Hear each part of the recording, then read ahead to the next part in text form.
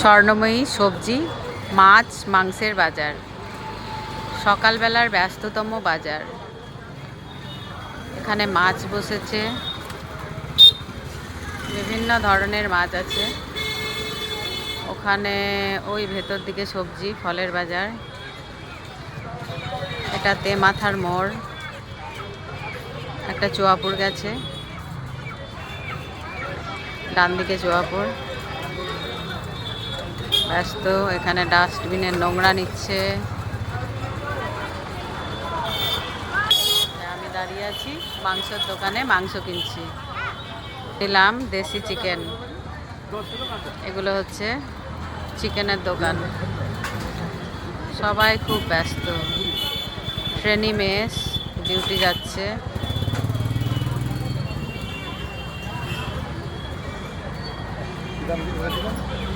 ভিড় দেখো মাছের দোকানে।